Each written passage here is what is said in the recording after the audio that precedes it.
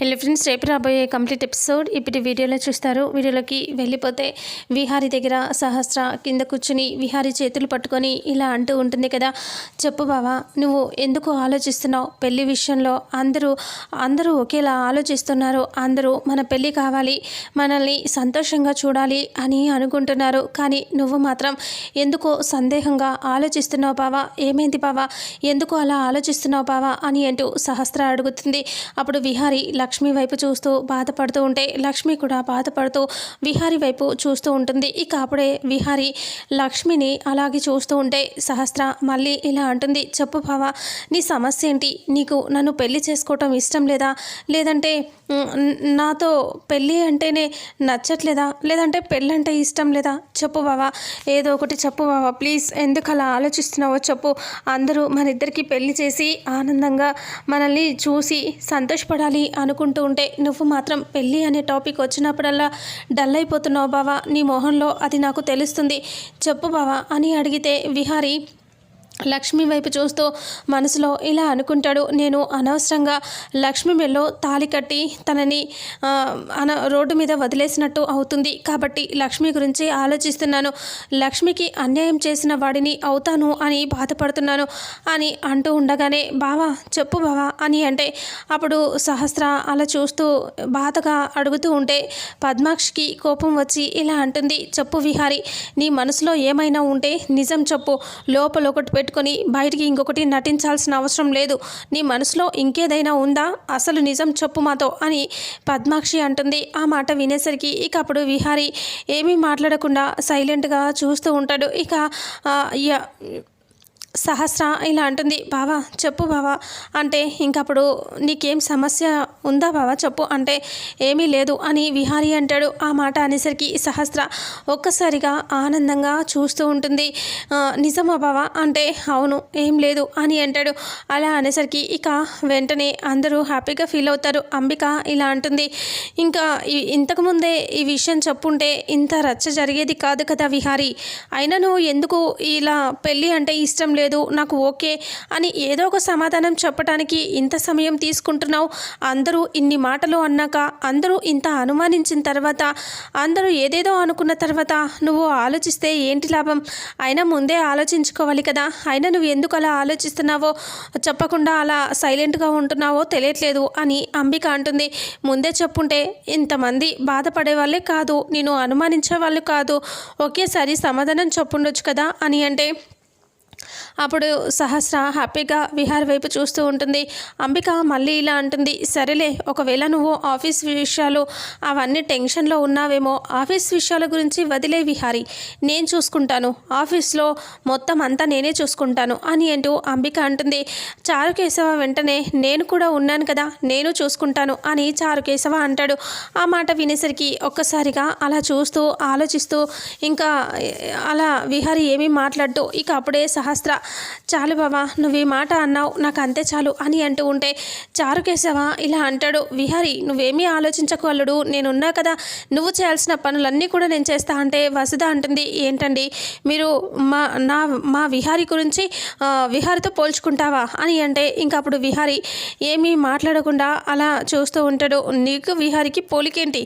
ఆ విహారీ చేసే పనులని నువ్వు చేస్తావా ఏంటి అని వసుధ తిడితే అప్పుడు సైలెంట్గా చూస్తూ ఉంటాడు. ఇక అలాగా విహారీ గురించి మాట్లాడుతూ ఉంటే ఇంకా ఇక్కడేమో విహారీ ఆలోచిస్తూ లక్ష్మి వైపు చూస్తూ బాధపడుతూ ఉంటే లక్ష్మి ఆలోచిస్తూ, నా గురించి ఆలోచించకండి విహారీ గారు, నా గురించి ఆలోచించి మీరు బాధపడకండి అని అనుకుంటుంది. ఆ తర్వాత అక్కడి నుంచి అందరూ వెళ్ళిపోతారు. ఇక్కడేమో లక్ష్మి ఇంట్లోకి వచ్చి దేవుడి ముందు నిలబడి దండం పెట్టుకుంటూ ఉంటుంది. ఈరోజు నీకు మొదటి రోజు పూజ చేశాను, మంచి శుభవార్త విన్నాను, ఈరోజు పెళ్ళికి ముహూర్తాలు పెట్టుకోవడానికి విహారీ గారు కూడా ఒప్పుకున్నారు అని చెప్తే ఇంకా అప్పుడు ఇంకా లక్ష్మి దండం పెట్టుకుంటూ మొక్కుకుంటూ ఉంటుంది. వాళ్ళకి పెళ్ళి జరిగి ఇంట్లో అందరూ సంతోషంగా ఉండాలి అని లక్ష్మి దండం పెట్టుకుంటూ ఉంటే ఇక అప్పుడే పండు జ్యూస్ తీసుకొచ్చి లక్ష్మమ్మ అని అంటే అప్పుడు లక్ష్మి మళ్ళీ అక్కడ నుంచి వెళ్ళి బట్టలు తీసుకురావడానికి వెళ్తుంది. బట్టలు తీసుకొని వచ్చేలోపు పండు వచ్చి లక్ష్మమ్మ జ్యూస్ తీసుకో అంటే నాకెందుకులే పండు వద్దు అని అంటే అలా మాట్లాడతారేంటి లక్ష్మమ్మ, మీరు అసలే ఉపవాసం ఉన్నారు, అలాంటిది ఈ సమయంలో మీరు ఏ జ్యూసులు అవి తాగకుండా ఉంటే నీరసం వచ్చేస్తుంది, అందుకని ఈ జ్యూస్ తీసుకో లక్ష్మమ్మ అంటే ఇంకా వద్దు వద్దు అని లక్ష్మి వద్దు అని చెప్తుంది. అలా చెప్పేసరికి ఇక అలా ఎందుకు అంటున్నావు లక్ష్మమ్మ, అలా అనొద్దు తీసుకో లక్ష్మమ్మ అని ఏంటో చెప్పగానే ఇక లక్ష్మి ఆలోచిస్తూ ఉంటుంది. ఇంకా ఇక్కడేమో యమున సీరియస్గా విహారీ గురించి ఆలోచిస్తూ బాధపడుతూ ఉంటుంది. విహారీ ఇలా అంటాడు కదా, వాళ్ళందరి ముందు సరే అని పెళ్ళికి ఒప్పుకుంటాడు కదా, ఆ విషయం గురించి ఆలోచిస్తుంది. స్వామీజీ కూడా ఆల్రెడీ పెళ్లి గడియలు దాటిపోయాయి, పెళ్ళి జరిగిపోయింది అన్నట్టుగా స్వామీజీ యమున వాళ్ళతో చెప్తాడు కదా, ఆ విషయం గురించి కూడా ఆలోచిస్తూ యమున బాధపడుతూ ఇంకా విహారీ పెళ్లి విషయం గురించి స్వామీజీ ఎందుకు అలా చెప్పారు, విహారీని నేను ఒకసారి మాట్లాడాలి అని యమున అనుకుంటుంది. విహారీ ఏమో బయట అటు ఇటు తిరుగుతూ ఆలోచిస్తూ ఉంటాడు. పెళ్లి గురించి, సహస్ర గురించి, ఇక్కడ లక్ష్మి గురించి, అందరి గురించి విహారీ ఆలోచిస్తూ ఉంటే అప్పుడే యమున అక్కడికి వచ్చేస్తుంది. వచ్చి విహారీ అని అంటూ పిలుస్తుంది. సడన్గా విహారీ టెన్షన్ పడుతూ అమ్మ ఎందుకు వచ్చింది అన్నట్టుగా కంగారుగా వెనక్కి తిరిగి చూస్తాడు. అప్పుడే యమున విహారీ అని దగ్గరికి వస్తుంది. నాన్న నీతో ఒక విషయం గురించి మాట్లాడటానికి వచ్చాను అంటే ఏంటమ్మా చెప్పు అని విహారీ అనగానే ఇలా అంటుంది యమున, అదే నీకు స్వామీజీ గురించి చెప్పాను కదా, స్వామీజీ దగ్గరికి వెళ్ళాం కదా మొన్న, మేము వెళ్ళినప్పుడు స్వామీజీ ఒక మాట చెప్పారు విహారీ అంటే ఏం చెప్పారమ్మా అని విహారీ అడిగితే అదే నీకు ఆల్రెడీ పెళ్లి గడియలు దాటిపోయాయి అని చెప్పారు, అంటే స్వామీజీ ఉద్దేశం ఏంటంటే నీకు ఇప్పటికే పెళ్లి జరిగిపోయింది నీ జాతకం ప్రకారం అని చెప్పారు నాన్న అని యమున చెప్పగానే విహారీ ఒక్కసారిగా షాక్ అయిపోతాడు. ఏంటమ్మా నువ్వు చెప్పేది, స్వామీజీ అలా చెప్పారా అని విహారీ అంటాడు. అవును నాన్న, స్వామీజీ నీకు పెళ్ళి అయిపోయింది అన్నట్టుగా చెప్పారు, అందుకే ఆలోచిస్తున్నాను అసలు ఎందుకు ఇలా స్వామీజీ చెప్పారో తెలియట్లేదు అని చెప్పగానే అప్పుడు ఇలా విహారీ గుర్తు తెచ్చుకుంటూ ఉంటాడు. లక్ష్మి మెల్లో తాళి కట్టడం అదంతా గుర్తు తెచ్చుకొని ఆలోచిస్తూ ఉంటాడు. ఇక వెంటనే ఇలా యమున అంటుంది, చెప్పు నాన్న నీకు ఏమైనా జరిగిందా, అంటే నువ్వు చెప్పొద్దు అని నా దగ్గర ఏమీ దాచవులే, కానీ అనుకోని పరిస్థితుల వల్ల కొన్ని సందర్భాలలో కొన్ని సంఘటనల వల్ల ఏదైనా జరిగిపోయిందా చెప్పు నాన్న, అలాంటిది ఏమైనా ఉంటే ఈ అమ్మతో చెప్పు అని అంటే అప్పుడు విహారీ ఆలోచిస్తూ అదేంటమ్మా నువ్వు నన్ను అనుమానిస్తున్నావా అంటే లేదు నాన్న, నిన్ను నేను ఎప్పటికీ అనుమానించను, కానీ కొన్ని పరిస్థితుల వల్ల కొన్ని జరిగిపోతాయి, అందుకనే అడుగుతున్నాను. ఇలా స్వామీజీ చెప్తే అడుగుతున్నావేంటమ్మా అని నువ్వు అనుకోవచ్చు, కానీ ఆ స్వామీజీ చెప్పింది చెప్పినట్టుగా ఇప్పటిదాకా జరిగింది, అందుకే నేను ఇంత టెన్షన్ పడుతున్నాను అంటే అవునా స్వామీజీ చెప్తే ఏం జరిగిందమ్మా అంటే మీ నాన్నగారి గురించి స్వామీజీ హెచ్చరించారు, మీకు ప్రాణగండం ఉందని, అలాగే మీకు అపాయం కలగబోతుంది, మీరు జాగ్రత్త పడాలని, నేను చెప్పినట్టు చేయాలి అని స్వామీజీ చెప్పారు. అప్పుడు మీ నాన్న ఆయన మాటలని నమ్మలేదు, ఇంకొకసారి బిజినెస్లో చాలా లాస్ వస్తుందని కూడా చెప్పారు, అలా కూడా జరిగింది, మీ నాన్న నమ్మలేదు, ఇంకా చివరికి ప్రాణగండం ఉందని చెప్పినా వినిపించుకోలేదు, నిజంగానే మీ నాన్నగారు పోయారు, ఇలా చాలాసార్లు జరిగాయి నాన్న, ఆయన ఏం చెప్పినా అది జరిగిపోతుంది, అందుకే నీ విషయంలో కూడా ఆయన చెప్పింది కదా అబద్ధం ఎప్పుడూ జరగదు, ఎందుకు ఇలా జరిగింది, మరి స్వామీజీ ఎందుకు అలా చెప్పారు, నువ్వు నా దగ్గర ఏమైనా దాస్తున్నావా అని బాధగా అడుగుతున్నాను, నీ దగ్గర ఏమైనా ఉంటే నాతో చెప్పు, దాన్ని నేను సరిదిద్దటానికి చూస్తాను అని యమున అంటే లేదమ్మా అలా ఏమీ లేదు అని విహారీ అంటాడు.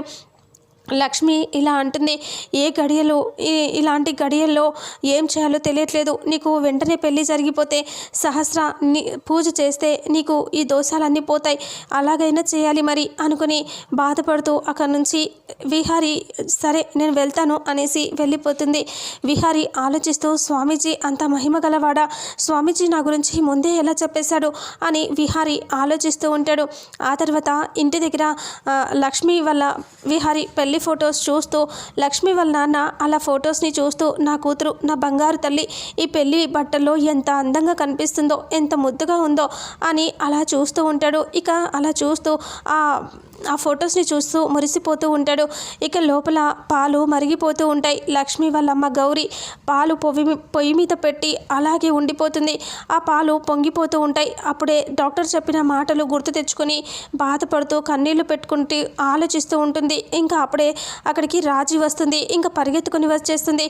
అయ్యో ఏంటి ఎలా పాలు పొంగిపోతున్నాయి, చూసుకోకుండా ఏం చేస్తున్నారు అని అనేసరికి అప్పుడు అయ్యో చూసుకోలేదమ్మా అని అంటే ఎందుకు అంత సీరియస్గా ఆలోచిస్తున్నారు అని అనగానే చూసావు కదా మీ పెదనాన్న గురించి తెలిసిందే కదా, ఆయన పరిస్థితి ఎలాంటి పరిస్థితి కండిషన్లో ఉందో చూసావు కదా, డాక్టర్ చెప్పిన వాటిని గుర్తు తెచ్చుకుంటే భయంగా ఉంది, ఆయనకి ఎప్పుడు ఏం జరుగుతుందో అని చాలా భయపడుతున్నాను నేను అంటే అయ్యో అలా భయపడకండి ఏమీ కాదు అని అంటే ఇంకా డబ్బు ఎలా సర్దుబాటు చేయాలో తెలియట్లేదు, ఇప్పటికిప్పుడు అంత డబ్బు ఎలా చేయాలో తెలియట్లేదు, ఆయనకేమో పరిస్థితి ఎప్పుడు ఏమవుతుందో అని భయంగా ఉంది అని అంటూ ఉంటే మరి ఇప్పుడు ఇంత భయపడేదానికంటే ఒకసారి కనకంకి చెప్తే సరిపోతుందేమో కదా పెద్దమ్మ అంటే లేదు కనకంకి చెప్పొద్దు, ఎందుకంటే అది చిన్నపిల్ల ఇప్పుడు దేశం కాని దేశంలో ఉంది, ఇలాంటివి చెప్తే అసలే భయపడి ఇంకేమైనా చేసుకుంటుందో ఏమైనా అవుతుందో అని కంగారుగా ఉంది, దేవుడు ఆయన మంచితనానికి అంతా మంచి చేయాలని కోరుకుంటున్నాను అని బాధపడుతూ ఉంటే ఇక అప్పుడే లక్ష్మి వాళ్ళ నాన్న అలా ఫొటోస్ చూస్తూ సంతోషంగా ఉంటాడు కదా, ఒక్కసారిగా తనకి దగ్గు వచ్చేస్తూ ఉంటుంది. ఇలా దగ్గుతూ ఉంటాడు. ఇక అలా దగ్గుతూ ఇంకా ఊపిరాడకుండా ఉంటుంది. అప్పుడే వాళ్ళిద్దరూ పరిగెత్తుకొని అక్కడికి పరిగెత్తుకొని వచ్చేసి ఏమైందయ్యా అని అంటూ అడుగుతూ ఉంటే ఇంకా ఏమైంది పెద్దనాన్న అని రాజీ అంటూ అలా ఎంత చెప్పినా తన దగ్గు ఆగకుండా వస్తూ ఉండటంతో రాజీ వెళ్ళు నీళ్లు తీసుకురామా అని అంటే రాజీ వెళ్ళి నీళ్లు తెచ్చి తాపుతారు. అయినా సరే తనకి దగ్గు ఆగదు, చాలాసేపు అలాగే అవుతుంది. కొద్దిసేపటికి రిలాక్స్ అవుతారు. అలా చూస్తూ ఏంటయ్యా నీకు ఇలా అయిపోయిందేంటి సడన్గా అంటే నన్ను ఎవరైనా తలుచుకున్నారేమో, నా కూతురి తలుచుకుందేమో, అందుకే నాకు పొలం మారిందేమో అని అంటూ ఇలాగే ఊపిరి ఆగిపోతుందేమో అనుకున్నా కదా అని అంటే ఏంటయ్యా ఆ మాటలు అలా అంటావేంటి అని గౌరీ అంటే మరి ఏదో చిన్న జోక్ చేశాను లేవే, చిన్నదానికి కంగారు పడతావేంటి నువ్వు అని అంటూ ఉంటే ఇంకా వాళ్ళు అలా బాధపడుతూ ఉంటే రాజీ చూసి అక్కడి నుంచి వచ్చేసి ఇలా అనుకుంటుంది ఈ విషయం గురించి నేను తప్పు చేస్తున్నాను, కనకంకి చెప్పకపోయినా సరే విహారీ గారికి చెప్తే అయినా ఆపరేషన్కి డబ్బులు ఇస్తారేమో, విహారీ గారికి నేనే ఫోన్ చేస్తాను అని రాజీ అనుకుని పక్కకి వచ్చి విహారీకి ఫోన్ చేస్తుంది. విహారీ ఫోన్ లిఫ్ట్ చేస్తాడు.